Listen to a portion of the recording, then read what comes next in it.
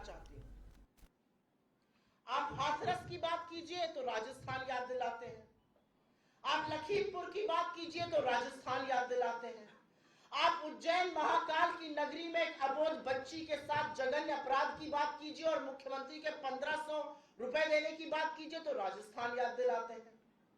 आप उन महान खिलाड़ियों की बात कीजिए, इस देश की सबसे होनहार बेटियां और ब्रजभूषण शरण सिंह को संरक्षण देती सरकार की, तो राजस्थान याद दिलाते हैं।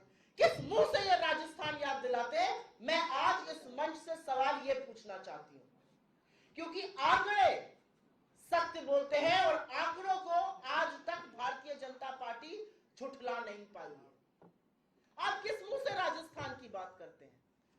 असलियत तो यह है कि राजस्थान में बलात्कार की सजा का प्रतिशत 48% है, जबकि नेशनल एवरेज मात्र 28% है। असलियत यह है कि महिला अत्याचार के मामले में सजा का प्रतिशत राजस्थान में 45% है और राष्ट्रीय एवरेज 26% है। असलियत यह है कि महिला अत्याचार के मामले में पेंडेंसी मतलब निलंबित मामले राजस्थान में प्रतिशत है 9% और राष्ट्रीय एवरेज है 31%। तो किस मुंह से आप बात करते हैं महिला अत्याचार की राजस्थान में? यहां पर अनिवार्य एफआईआर है और उसके बाद भी 1 लाख प्रति अत्याचार के अगर मामले देखिए तो हम इनकी सरकारों से बहुत पीछे हैं। मुझे ऐसा लगता है किसी भी महिला, किसी भी लड़की, किसी भी स्त्री के साथ अगर कोई अपराध होता है, उसकी इज्जत लुटती है तो वो सभ्य समाज के नाम पर धब्बा है। लेकिन उसके बाद कानून क्या काम करता है, सरकारें क्या करती हैं? क्या आरोपियों को संरक्षण देते हैं या उनके साथ खड़े हो जाते हैं? यह अंतर राजस्थान की कांग्रेस सरकार और भाजपा की अन्य राज्य सरकारों में है। यहां पर अगर कोई औरत के साथ अपराध करता है तो उसको तुरंत सजा दी जाती है और मैंने आपको आंकड़ों के साथ सजा का दर बताया है। अगर भाजपा के अंदर हिम्मत है तो आए किसी भी मैदान में, किसी भी जगह, किसी भी वक्त, किसी भी दिन एक डिबेट कर ले। महिला सम्मान में एक शब्द बोलने लायक रह नहीं पाएंगे। तो मैं ये पूछना चाहती हूं, मैं पूछना चाहती हूं जो लोग 2:30 बजे रात को एक बच्ची जिसके साथ जघन्य अपराध हुआ उसको उसके माता पिता के बगैर फूंक देते हैं हाथरस में, वो किस मुंह से महिला का नाम लेते हैं? इस देश की सबसे होनहार बेटियां जिन्होंने गर्व से हमारा मस्तक ऊंचा किया, वो कहती है एक आदमी ने यौन शोषण किया, उसको मोदी जी गोदी में बिठाते हैं। ये किस मुंह से महिला सम्मान की बात करते हैं? एक बच्ची जिसके साथ जघन्य अपराध होता है, मध्य प्रदेश के जाते हुए मुख्यमंत्री उसको 1500 रुपए देते हैं। ये किस मुंह से महिला सम्मान की बात करते हैं? तो मुझे ऐसा लगता है कि ये जो डिबेट है, ये जो आरोप है अनर्गल, ये जो निरर्थक प्रयास है लगातार एक सरकार को के खिलाफ दुष्प्रचार का, ये बंद हो जाना चाहिए। क्योंकि गिरेबां अगर आप झांक कर देखिएगा तो बहुत कालिक है उस गिरेबां में।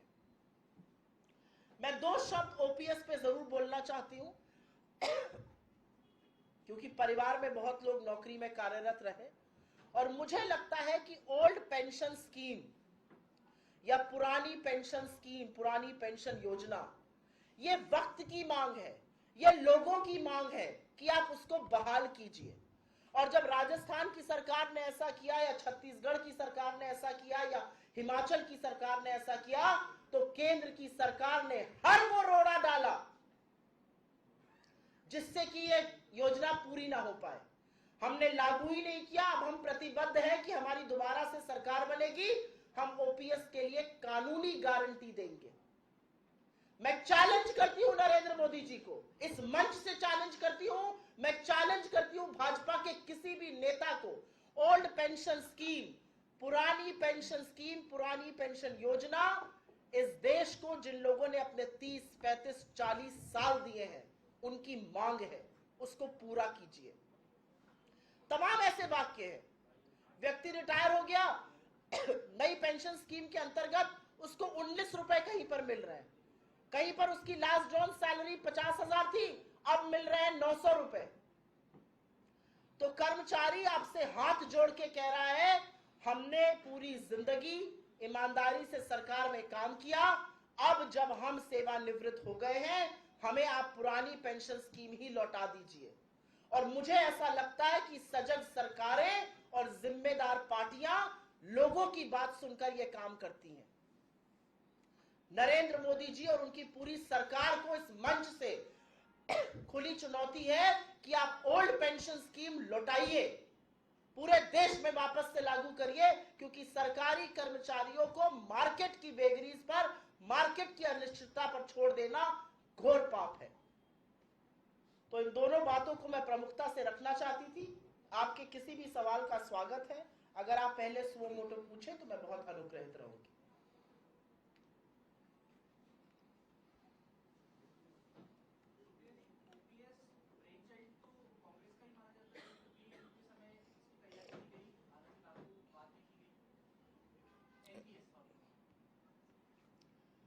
हमने जब इसको लागू किया था तो मार्केट की नहीं, इसको शुरू किया था अटल बिहारी वाजपेयी जी की सरकार ने। सरकारी चीजें लगातार होती रहती हैं, उसकी एक कंटिन्यूटी होती है, उसकी एक नियमितता होती है, तो ये लागू हुआ। लेकिन मुझे ऐसा लगता है कि आज लोगों की डिमांड बदल गई है, जमीनी हकीकत बदल गई है। मार्केट की अनिश्चितता पर, सेंसेक्स की अनिश्चितता पर आप लोगों के भविष्य को नहीं छोड़ सकते हैं। बहुत सारी ऐसी चीजें हैं जो जब सरकारें करती हैं और उसका दुष्परिणाम दिखता है तो सरकार उस निर्णय को वापस लेती है।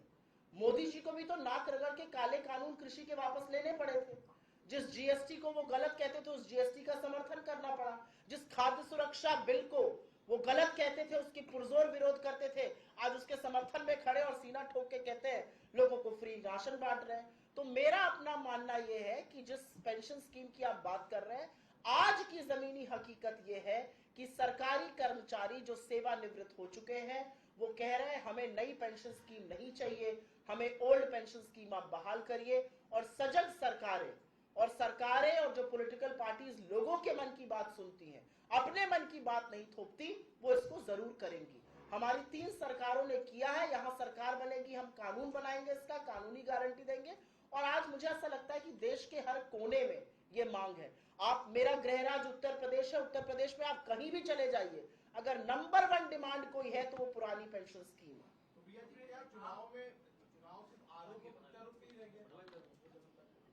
चुनाव रह गया है, अपने काम जिस भी सरकार ने किए हैं उसको जनता के समकक्ष रखिए, जनता के समक्ष रखिए और जनता से उसका आकलन करके वोट मांगिए। ये काम हम राजस्थान में कर रहे हैं, ये काम हमने छत्तीसगढ़ में किया। हमने काम किया, अपने मैनिफेस्टो के, अपने वचन पत्र के, अपने शपथ पत्र के 97 से 98% काम पूरे किए और पूरी ईमानदारी से जनता को जाकर वो रिपोर्ट कार्ड दिखाया और कहा ये किया है, अब आगे आप आशीष दीजिएगा तो और करके दिखाएंगे। चुनाव इस बात पर टिका होना चाहिए। जो सरकारें काम नहीं करती हैं, और उसमें से अधिकांश भारतीय जनता पार्टी की सरकार है, जो सरकारें काम नहीं करती हैं वो जाकर चुनाव में, क्योंकि रिपोर्ट कार्ड नील बटा सन्नाटा होता है, तो अनर्गल आरोप, मनगढ़ंत कहानियां, तुष्टीकरण, हर वो चीज करती है जिससे चुनाव का मुद्दा भटके। पर मुझे ऐसा लगता है कि जनता बड़ी सजग है। कमर तोड़ महंगाई जनता झेल रही है, बेरोजगारी जनता झेल रही है, और फिर जनता को आप जाके कोई दूसरा झुंझुना पकड़ाइए, जनता पकड़ना नहीं चाहती है। असलियत यह है कि राजस्थान एक मॉडल स्टेट है। राजस्थान में अगर महंगाई से जूझने की बात हो तो जो राहत रिलीफ कैंप लगाए गए, जो अन्नपूर्णा योजना शुरू की गई, जो 500 का सिलेंडर राजस्थान ने देना शुरू किया, आज उसकी गूंज हर प्रदेश में है। मैं तो देख रही हूं भाजपा और खुद नरेंद्र मोदी की गारंटी वाले जो वचन पत्र छत्तीसगढ़ और मध्य प्रदेश में मैंने देखे, उसमें 500 के सिलेंडर की बात हो रही है। अरे मान्यवर, इस देश के प्रधानमंत्री हैं आप, 1 मिनट में चाहिए सारे देश में 500 का सिलेंडर कर दीजिएगा।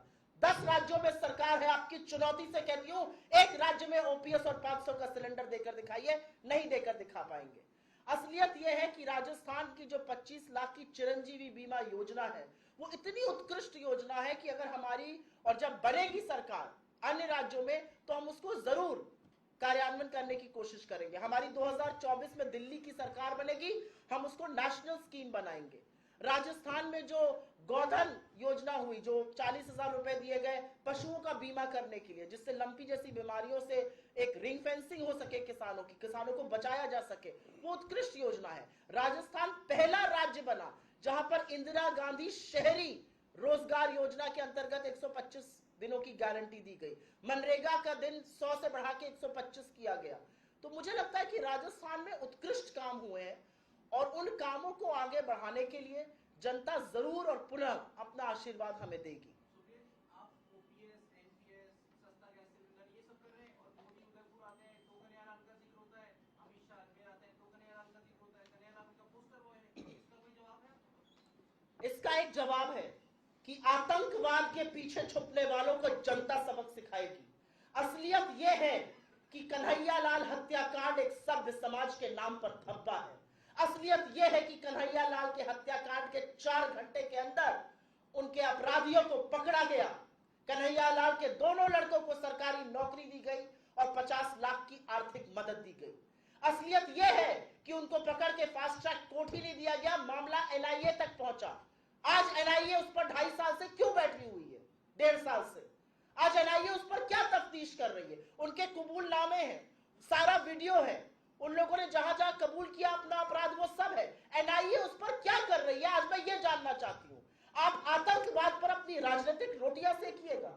ये कितना घटिया और कितना शर्मनाक बात है, ये राजस्थान का बच्चा बच्चा जानता है। और असलियत यह है कि वो दोनों अपराधी, वो दोनों आरोपी भाजपा की माइनॉरिटी सेल के सदस्य थे।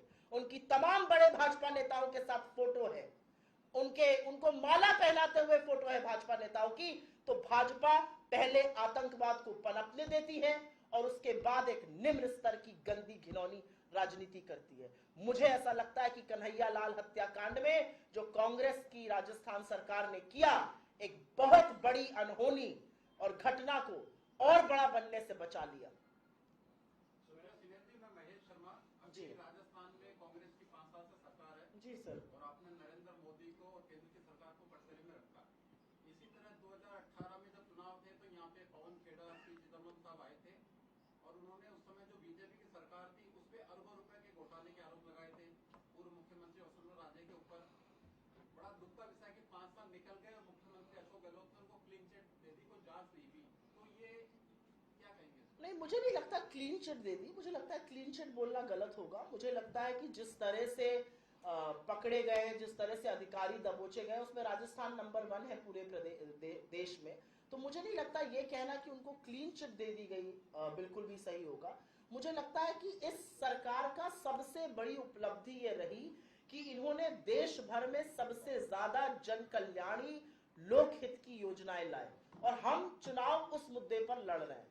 मुझे ऐसा लगता है 5 साल बाद, 5 साल पहले क्या हुआ था का रोना हम नहीं रोना चाहते। हमने 5 साल जनता के लिए पूरी ईमानदारी से, पूरी मेहनत से, पूरी शिद्दत से काम किया और इसीलिए हम जनता के सामने जाकर ताल ठोक के कह रहे हैं हमने आपके लिए किया। अगर आपको लगता है किया तो हमें जरूर जिताइएगा और जनता इसीलिए मुखरित भी है।